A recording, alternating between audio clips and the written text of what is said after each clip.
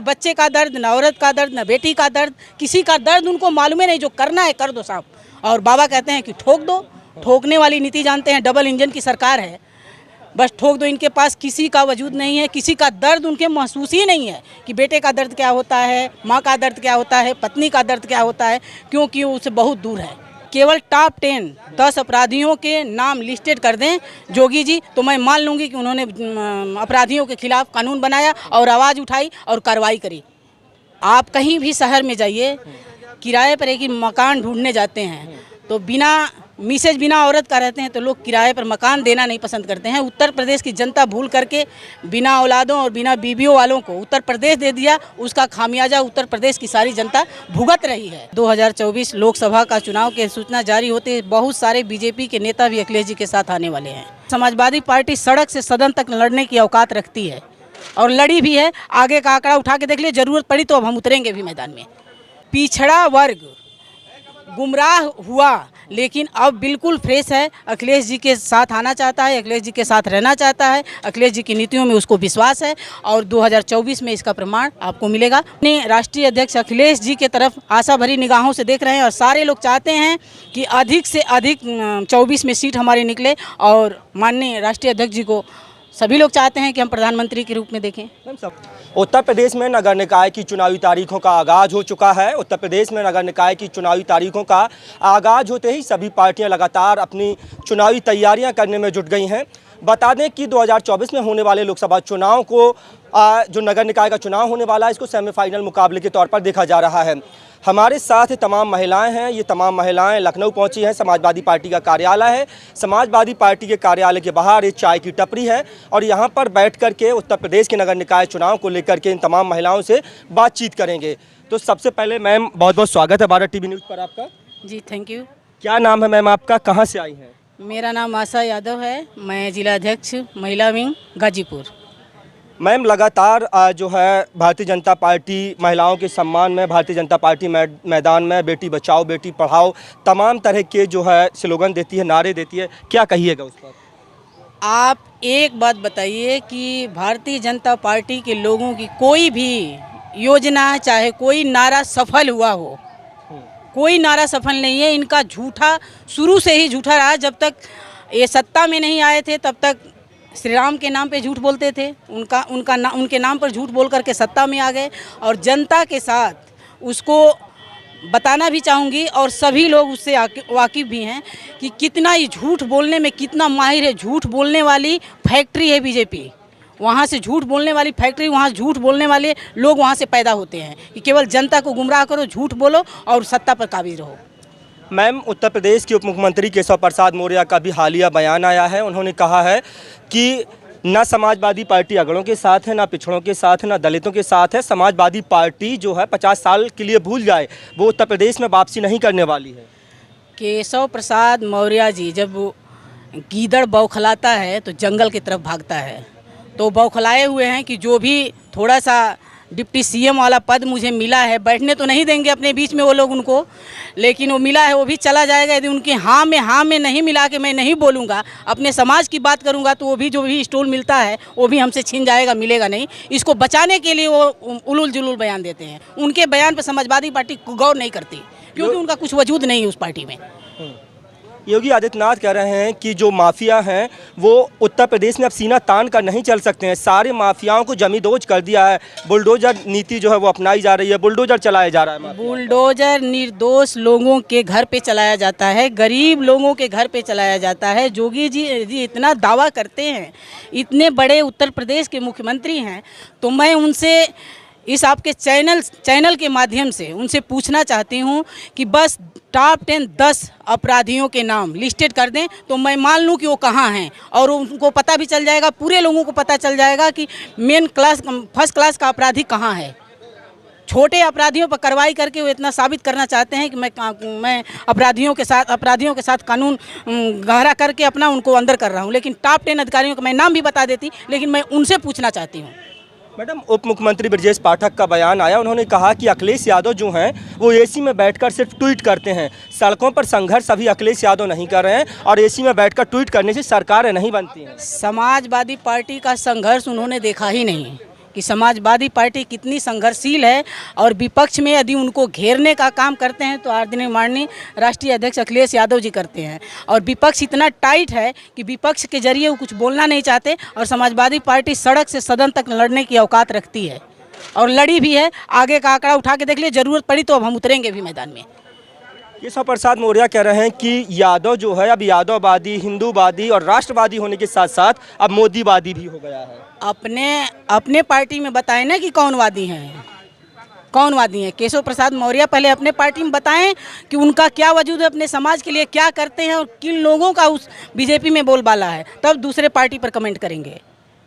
दो महिला नेता, समाजवादी पार्टी की दो महिला नेताओं को जो है पार्टी से बाहर का रास्ता दिखाया गया।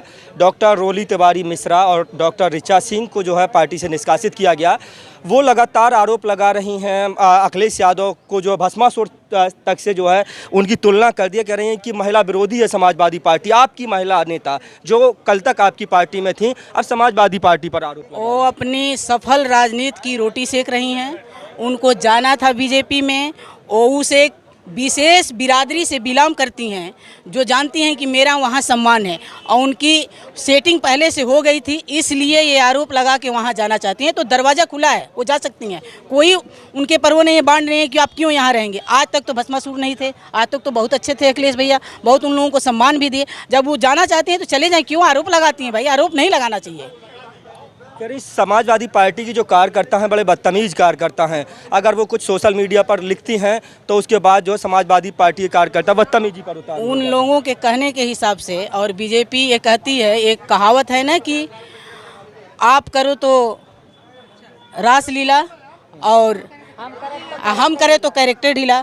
तो बीजेपी मतलब वो लोग कुछ भी करें तो ठीक है, हम कुछ भी करें तो हमारे में बुराई हो जाती है। अब वहाँ जाना चाहती हैं तो कहीं कि ऐसे नहीं वैसे नहीं, तो उसको हम लोग मानने वाले नहीं हैं, हम लोग मानने वाले नहीं। और गंगा जल नहीं, उनको भी धुलवाया जा सकता है।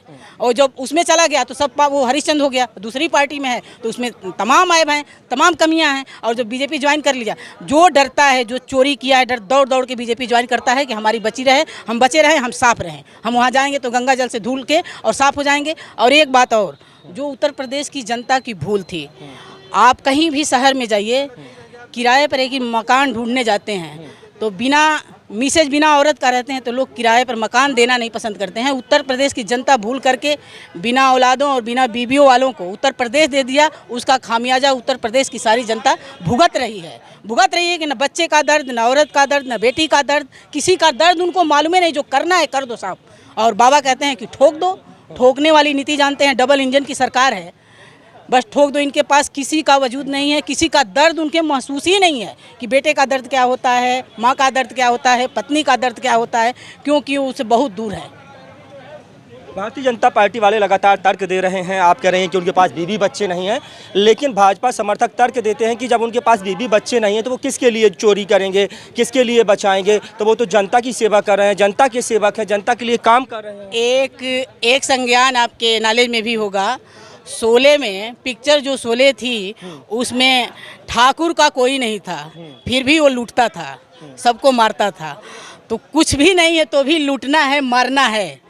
ठाकुर किसके लिए लूटता था भाई, उसका तो कुछ नहीं था। तो इनका एक दिखावा है कि कुछ नहीं है। और सब जो काम समाजवादी पार्टी में, आप जाइए तहसील पे जाइए, थाने पर जाइए, वहाँ पता सच्चाई चलती है कि जो प्रमाण पत्र 250 में बनता था उसका सीधे 500 रुपया लग रहा है। हम लोग इसको महसूस करते हैं, वहाँ देखते हैं रोज। वो तो कह रहे हैं कि भ्रष्टाचार मुक्त उत्तर प्रदेश हो गया है, भ्रष्टाचार कहीं है नहीं। और पहले जो है जातिवाद था, परिवारवाद था, वंशवाद के आरोप लगते थे समाजवादी पार्टी पर। आप कह रहे हैं कि ये राष्ट्रवाद की सरकार है, राष्ट्रवादियों की सरकार। बहुत अच्छा सवाल आपने पूछा। एक बात मैं आपका ही सवाल आपसे करना चाहती हूँ। जिस आपके पिताजी होंगे, पढ़ाए होंगे, लिखाए होंगे, तो ये उम्मीद किए होंगे ना कि मेरा बेटा पत्रकार होगा, नौकरी करेगा, ये करेगा। जिसका कोई है ही नहीं वो क्या करेगा यार, किसको नाम देगा कि मेरा बेटा है, वंशवाद मैं करूँगा, जिसका कोई है ही नहीं। चोर सबसे ज़्यादा है, डकैत सबसे ज़्यादा है। तो वो जिसका जो रहेगा उसके प्रति तो उसका लगाव रहेगा। प्रधानमंत्री जी जब अपना नामांकन किए थे तो उन्होंने शादी की, लेकिन उसमें बीवी का जिक्र नहीं था। उनकी माँ मरी, अपने गए, लेकिन बीवी को उन्हीं के सरकार के लोग, उन्हीं के इशारे पर बीवी को रोका गया कि आप वहाँ अंतिम संस्कार में नहीं जा सकती। क्या यही उत्तर प्रदेश की नीति है? उत्तर प्रदेश की यही नीति है कि जिस एक धर्म में कहा जाता है कि जिस घर से हम बिलोंग करते हैं उसके अंत्येष्टि में हमको जाना चाहिए, और उनकी सगी सास थी, क्यों नहीं जाने दिए? ये जनता को गुमराह करने के लिए नहीं जाने दिए कि वहाँ यदि जाती है तो हमारी पोल खुल जाएगी। कल ही मुख्यमंत्री योगी आदित्यनाथ का एक बयान आया, उन्होंने कहा अब उत्तर प्रदेश की जो जनता है वो अपराधियों की पैंट गीली होती देख रही है, अब अपराधियों की जो है वो पैंट गीली हो जा रही है, और हमने जो है उत्तर प्रदेश से अपराधियों का सफाया पूरी तरह से कर दिया है। पिछली सरकारों में जो है जो सत्ता संरक्षण प्राप्त गुंडे होते थे, सपा सरकार में थानों पर कब्जा यादव वर्ग और जो है मुस्लिम वर्ग का कब्जा होता था, अब ऐसा नहीं है। ऐसा नहीं है, छोटे अपराधियों का नाम लेकर के वो बड़े अपराधियों को संरक्षण खुद देते हैं कि मेरी छत्र छाया है, तुम बचे रहो, तुम यहाँ रहो, सुरक्षित रहो, मैं तुम्हारे साथ हूँ। और उसमें एक बात तो मैं कई बार कह चुकी और अब भी कह रही हूँ कि केवल टॉप 10 अपराधियों के नाम लिस्टेड कर दें जोगी जी, तो मैं मान लूँगी कि उन्होंने अपराधियों के खिलाफ कानून बनाया और आवाज़ उठाई और कार्रवाई करी। जातिवार जनगणना की लगातार बात चल रही है। तमाम भारतीय जनता समाजवादी पार्टी के नेता ये कह रहे हैं, खुद अखिलेश यादव ने तमाम बयानों में ये कहा कि अगर मेरी सरकार बनती तो 1 महीने में जो है जातिवार जनगणना जो है वो उसको शुरू करा देते। बिहार एक इकलौता ऐसा प्रदेश बन गया है जहां पर जातिगत जनगणना हो रही है।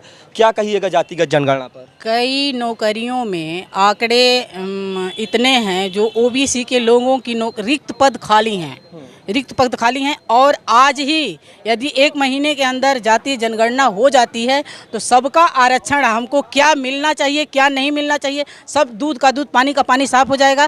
और ये सरकार जातिगत जनगणना इसलिए नहीं कराना चाहती है कि उसी में घोल-मेल करती है कि सभी लोग अपना हक मांगने लगेंगे, जान जाएंगे, इसीलिए जातिगत जनगणना नहीं कराना चाहती। उसके लिए समाजवादी पार्टी की क्या रूपरेखा रहेगी? समाजवादी पार्टी किस तरह से जो जातिगत जनगणना? समाजवादी पार्टी की मांग है और मुहिम है कि जातिगत जनगणना कराई जाए।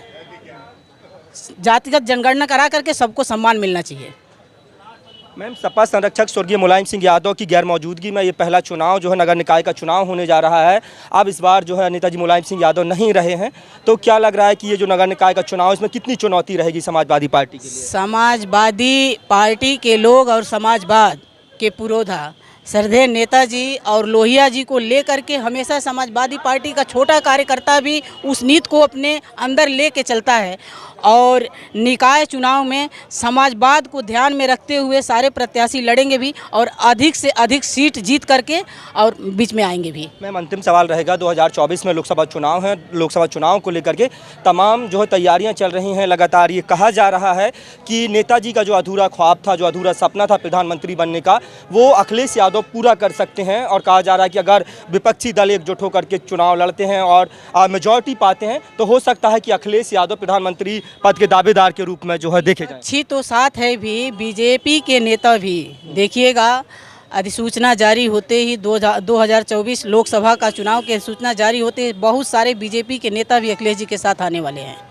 ये अल्टीमेटम दे रहे हैं, और लोकसभा में अधिक से अधिक सीट जीत करके और हम लोग ये साबित करेंगे कि समाजवाद आज भी कायम है, और साथ गरीब तबके के लोग बहुत त्रस्त हैं, मिडिल क्लास के लोग बहुत त्रस्त हैं, और माननीय राष्ट्रीय अध्यक्ष अखिलेश जी के तरफ आशा भरी निगाहों से देख रहे हैं, और सारे लोग चाहते हैं कि अधिक से अधिक 24 में सीट हमारी निकले, और माननीय राष्ट्रीय अध्यक्ष जी को सभी लोग चाहते हैं कि हम प्रधानमंत्री के रूप में देखें। मैम, सवाल रहेगा एक कि 89 और 90 के दौरान जो मंडल सिफारिश की जो सिफारिश लागू हुई, उसके बाद पिछड़ों को 27% आरक्षण मिला, उसके विरोध में भारतीय जनता पार्टी ने कमंडल जो है रथ निकाला, और उसके बाद 93 में बाबरी विध्वंस होने के बाद 93 में चुनाव होता है। 2 पार्टियों के 2 बड़े नेता मिलकर के चुनाव लड़ते हैं, सपा बसपा गठबंधन में चुनाव लड़ती है और मुलायम और कांशीराम सरकार बना लेते हैं। उसके बाद लगातार तमाम मंचों पर स्वामी प्रसाद मौर्य समाजवादी पार्टी एक कद्दावर नेता उस नारे को दोहराते हुए नजर आते हैं, नारा दोहरा रहे हैं। तो क्या लग रहा है कि मंडल बनाम कमंडल की जो राजनीति 90 के दशक में शुरू हुई थी, अब फिर से पिछड़ों को लगातार सम्मान दिया जा रहा है? अखिलेश यादव ये कहते हैं कि मैं शूद्र हूँ, इस वजह से जो है मुझे मंदिर में प्रवेश नहीं करने दिया जा रहा है। तो क्या वो 90 का दौर फिर से वापस समाजवादी पार्टी में देखने को मिलेगा? आपको ज्ञात होगा जब मंडल कमीशन की सिफारिश लागू करने का दौर था तो नेताजी ने बढ़ चढ़ के आगे आकर के हिस्सा लिया था और मंडल कमीशन लागू भी कराया, पिछड़ों को बहुत सम्मान उन्हें दिया। उस सम्मान को कभी पिछड़ा भूलता नहीं कि आज मंडल कमीशन की सिफारिश यदि लागू हुई तो माननीय श्रद्धेय नेताजी के चलते लागू हुई, और पिछड़ा वर्ग गुमराह हुआ लेकिन अब बिल्कुल फ्रेश है। अखिलेश जी के साथ आना चाहता है, अखिलेश जी के साथ रहना चाहता है, अखिलेश जी की नीतियों में उसको विश्वास है और 2024 में इसका प्रमाण आपको मिलेगा। बहुत बहुत धन्यवाद। तो ये थी हमारे साथ आशा यादव, जिलाध्यक्ष गाजीपुर से हैं, महिला विंग की जिलाध्यक्ष हैं, जिनका साफ तौर पर कहना है कि इस बार जो है समाजवादी पार्टी नगर निकाय के चुनाव में बेहतर प्रदर्शन करने जा रही है। लोकसभा चुनाव को लेकर के भी बातचीत की है और लोकसभा चुनाव को लेकर भी समाजवादी पार्टी बेहतर प्रदर्शन करने की जो है उम्मीद लगातार जताई जा रही है। और ये साफ कहना है कि जो महिलाओं को सम्मान समाजवादी पार्टी ने दिया है, उतना सम्मान किसी और पार्टी ने नहीं दिया है। आप लोगों की क्या राय है, कमेंट बॉक्स में अपनी राय देना ना भूलें। अपने साथी कैमरा पर्सन नाजिस अंसारी के साथ भारत टीवी न्यूज़ के लिए इमरान मंसूरी की रिपोर्ट। नमस्कार।